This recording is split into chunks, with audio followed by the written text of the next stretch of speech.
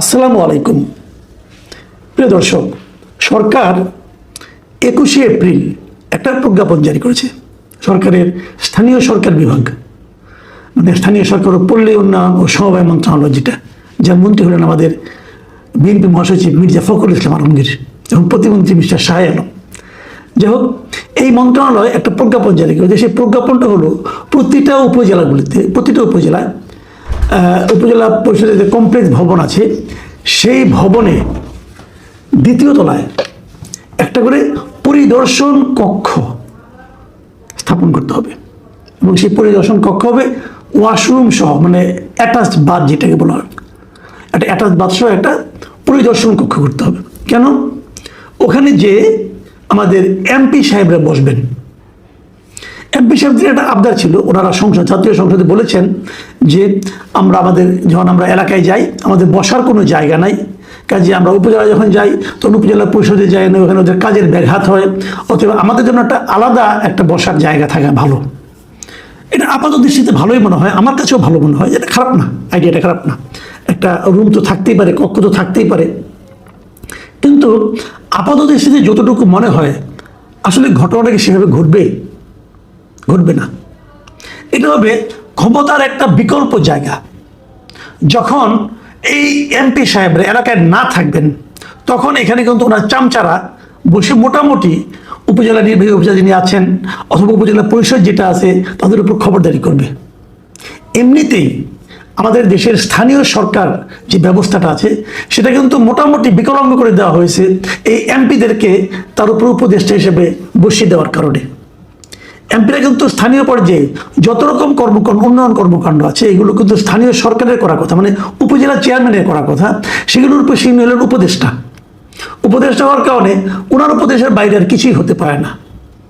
মানে আমি যদি সাধারণ মানুষের দৃষ্টি থেকে দেখি, তাহলে একটা উপজেলায় সবচেয়ে বড় পাওয়ারফুল লোক হচ্ছেন ওই উপজেলার এমপি, দ্বিতীয় পাওয়ারফুল হচ্ছেন উপজেলা নির্বাহী অফিসার, তৃতীয় পাওয়ারফুল হচ্ছেন ওখানকার থানার ওসি, চতুর্থ অথবা পঞ্চম স্থানে হয়তো উপজেলার চেয়ারম্যান থাকেন। কিন্তু নীতিগতভাবে যদি বলতে হয়, সারা দুনিয়াতেই স্থানীয় সরকার মানে স্থানীয়ভাবে সেই সরকার, এটাই হলো মূল কথা। এবং আমাদের যে সংবিধান আছে, ধরেন সংবিধান আলাপ বাদ দেন, আমি সংবিধান তো ইচ্ছা হলে মানবেন না, এমন একটা অবস্থায় গত 18 মাসে এই সংবিধানকে নিয়ে যাওয়া হয়েছে। কাজে সংবিধানের কথা বলে আর নিজেকেও বিব্রত না করি। আমরা যদি বিএনপি ক্ষমতায় আছে, আমি যদি বিএনপির 31 দফা যে রাষ্ট্র সংস্কার যে তাদের দফা ছিল, আপনি যদি সেখানেও দেখেন, সেখানেও কিন্তু স্থানীয় সরকারকে শক্তিশালী করার কথা বলা হয়েছে। তারা স্থানীয় সরকারকে শক্তিশালী করবেন, যেন ওই এলাকার স্থানীয় সমস্যা, উন্নয়ন, সমস্ত কাজে সরকারি যে কাজগুলো থাকবে সেটা স্থানীয় সরকারের মাধ্যমে করা যায়। কিন্তু আমাদের দেশে কখনোই স্থানীয় সরকারকে শক্তিশালী করা হয়নি এরকমভাবে। একজন স্থানীয় সরকার হলেন, উপজেলা চেয়ারম্যান হলেন, তাকে কিন্তু যে কোনো সময় গভর্নমেন্টের পক্ষ থেকে মন্ত্রণালয় তাকে কিন্তু ওখান থেকে বরখাস্ত করতে পারতো, সরিয়ে দিতে পারতো। যে লোকটা জনগণের ভোটে নির্বাচিত হয় তাকে একজন আমলা ইচ্ছা করলে সরিয়ে দিতে পারে। এটা তো নীতিগতভাবেই এটা গ্রহণযোগ্য নয়। এইভাবে কি হওয়া উচিত বলেন আপনারা? হওয়া উচিত না। আপনি এমপি সাহেবকে বলে দিচ্ছেন সব ক্ষমতা, এমপি সাহেব তো প্রয়োজনের সময় তাকে পাওয়াই যাবে না, উনি তো ঢাকায় থাকবেন। তাহলে ওনার কাছে আপনি কেন সমস্ত ক্ষমতা দিচ্ছেন? আমার সঙ্গে একবার আওয়ামী লীগ কথা বলছি, আওয়ামী লীগের সময় একজন এমপির সঙ্গে আমার একবার একটা অনুষ্ঠানে দেখা হয়েছিল, অনেকের সঙ্গে দেখা হতো তখন। তো একটা টকশোতে গিয়েছি, ওই এমপি সাহেব আসছিলেন। তো মানে অনুষ্ঠান শুরু হওয়ার আগে কিছুক্ষণ এমনি আলাপ চাহিদা চলছিল, তখন ওখানে ওনার বেশ কিছু ফোন আসলো, এলাকা থেকে ফোন আসলো, ওখানকার উপজেলা চেয়ারম্যানও ফোন করেন একবার দেখলাম, এবং ওখানকার আরও তার দলীয় কিছু কর্মীরা ফোন করলো, কিছু উন্নয়ন কাজটা শুনলাম, উনি কিছু পরামর্শ দিলেন। তো আমি ওনাকে বললাম যে উপজেলা চেয়ারম্যান আপনাকে ফোন করে কেন? তখন উনি হাসলেন, সে বললেন যে সে কি আমার অনুমতি ছাড়া কিছু করতে পারবে? আমি বলছি কেন, এটা কি ব্যক্তি হিসেবে আপনি এই পাওয়ারটা কাটাচ্ছেন নাকি পদটাই এরকম পাওয়ার? তো উনি আমাকে বললেন, দেখেন আমি একটা কথা বলি আপনাকে, একজন এমপি কাগজ বলে উনি যাই থাক না কেন, ভার্চুয়ালি উনি যে এলাকার এমপি, উনি ওই এলাকার রাজা বলতে পারেন। ওই কি প্রেসিডেন্ট না, প্রাইম মিনিস্টার না, রাজা। প্রেসিডেন্ট প্রাইম মিনিস্টার তো অনেক কিছু নিয়মের মধ্যে করতে হয়, আর রাজার কোনো নিয়ম মেনে করতে হয় না। একজন এমপি ওই এলাকার রাজা। তো একজন এমপির যে কি বিপুল ক্ষমতা, এটা আপনাকে আমি বলে বোঝাতে পারবো না। উনি কিন্তু নিজে একজন এমপি এবং ওই ক্ষমতাটা উনি ভোগ করেন। এবং উনি মোটামুটি আমার পরিচিত ছিলেন এবং মোটামুটি একটা আমি তাকে সৎ হিসেবেই জানতাম, তুলনামূলকভাবে আর কি। ক্ষমতা গেলে তো কেউ সৎ থাকেন না, তো ধরে নিচ্ছি উনি তুলনামূলকভাবে ছিলেন। এবং উনি আমাকে বললেন যে এই ক্ষমতাটা আমাদের দেওয়া উচিত না। আমি যে এমপি হয়ে বলছি, আমাদের হাতে এত ক্ষমতা থাকা উচিত না, একজন ব্যক্তির হাতে এত ক্ষমতা, এটা উচিত নয়, উনি বলছিলেন। তো আমাদের এমপিরা এবার যারা এমপি হলো, আমরা কিন্তু এটা আন্দোলনের মাধ্যমে, অনেকে এটা বিপ্লব বলেন, আমি এটাকে একটা গণ আন্দোলন বলি অথবা একটা অভ্যুত্থান বলি, যাই বলি না কেন, এই আন্দোলনের মাধ্যমে আমরা একটা স্বৈরাচারী সরকারের পতন ঘটিয়েছি।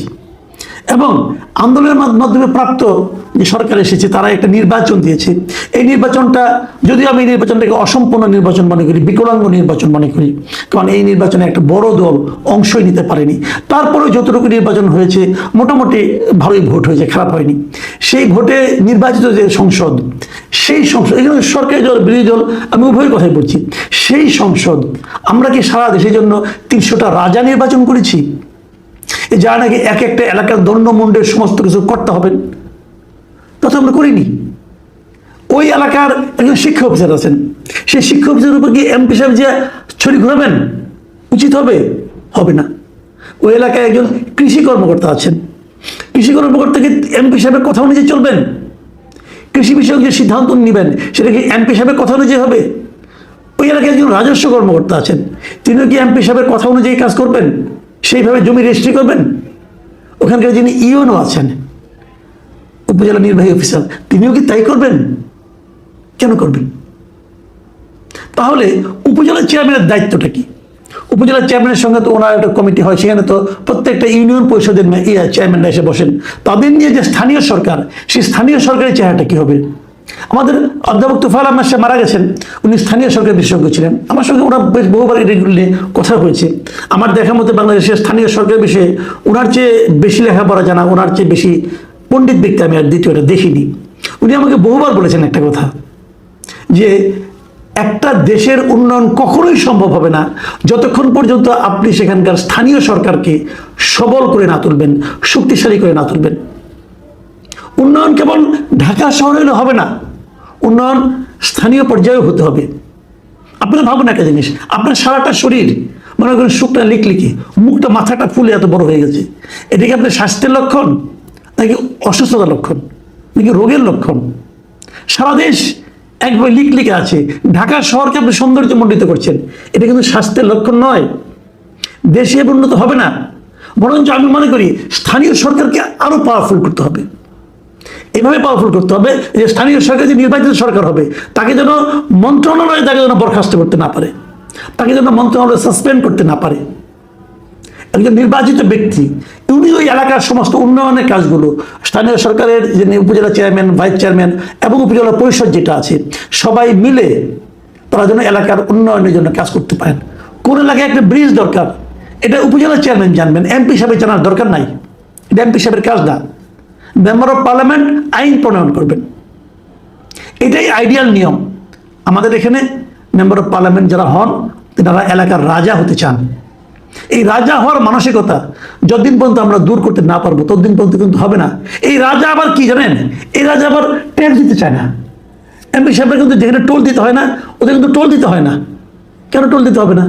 উনি এমপি হয়েছেন তাই, মন্ত্রী হয়েছেন তাই। ওনাকে সে মানুষ নাকি ভোট দেওয়ার সময় 3টা ভোট দিতে পারবেন? ওনাকে তো আমার মতো একটা ভোট দিতে হবে। আমাদের সংবিধানে যেটা বলা হয়েছে, দেখুন মাঝখানে ওনারা একটা আইন করে নিয়েছে, আইনটা এখনো আছে, যে তারা ট্যাক্স ফ্রি গাড়ি দিবেন। মানে আপনি একটা গাড়ি কিনতে গেলে আপনাকে ট্যাক্স দিতে হবে, কিন্তু এমপি সাহেব একটা গাড়ি কিনতে গেলে ওনাকে ট্যাক্স দিতে হবে না। যদি এবার মৌখিকভাবে সব এমপিরা বলেছেন তারা ট্যাক্স ফ্রি গাড়ি নেবেন না, প্লট নেবেন না, যদিও বলেছেন, কিন্তু এটা কিন্তু এখনো আইনটা কিন্তু এখনো রয়ে গেছে। আমি মনে করি এই আইনটা বন্ধ করা উচিত। তা না হলে আমার বিবেচনা ছিল এটা একটা অশ্লীল আইন। সংবিধান বলেছে সকল নাগরিকের সমান অধিকার, আর এমপি সাহেবের অধিকার বেশি, ওনাকে ট্যাক্স দিতে হবে না। কেন? এখন তো চাচ্ছেন আমাদের একটা গাড়ি দিতে হবে, যে গাড়ি নিয়ে আমি সরকারি গাড়িতে চলবো। কেন? আপনাকে তো যাতায়াত ভাতা হিসেবে 70,000 টাকা দেওয়া হয়, তাহলে এই টাকাতে আপনি কি করবেন? আপনাকে যদি সরকারি একটা গাড়ি দেয় তাহলে 70,000 টাকাতে আপনি কি করবেন? আপনি গাছেরটাও খাবেন, তলারটাও করাবেন? এটা হয় না। আমি মনে করি সরকারের এই ব্যাপারে, আমি এখনো মনে করি, আমি মাননীয় প্রধানমন্ত্রীকে বলছি যে ওনার মধ্যে ওনার কর্মকাণ্ড, ওনার কথাবার্তায় আমার কাছে মনে হয়েছে উনি সাধারণ মানুষের পর্যায়ে থাকতে চান। এবং আমি বলবো আপনাকে, আপনি যেখানে থাকতে চান আপনার মন্ত্রী এমপিরাও যেন সাধারণ মানুষের পর্যায়ে থাকে সেই ব্যবস্থা করেন। ওই এক একটা জায়গায়, এক একটা এলাকায় এক একজন রাজা হিসাবে নিজেকে চিন্তা করার যে মানসিকতা, এই মানসিকতাটা ওনাদের মাঝখান থেকে দূর করার দায়িত্ব এই সরকারের, এই প্রধানমন্ত্রীর।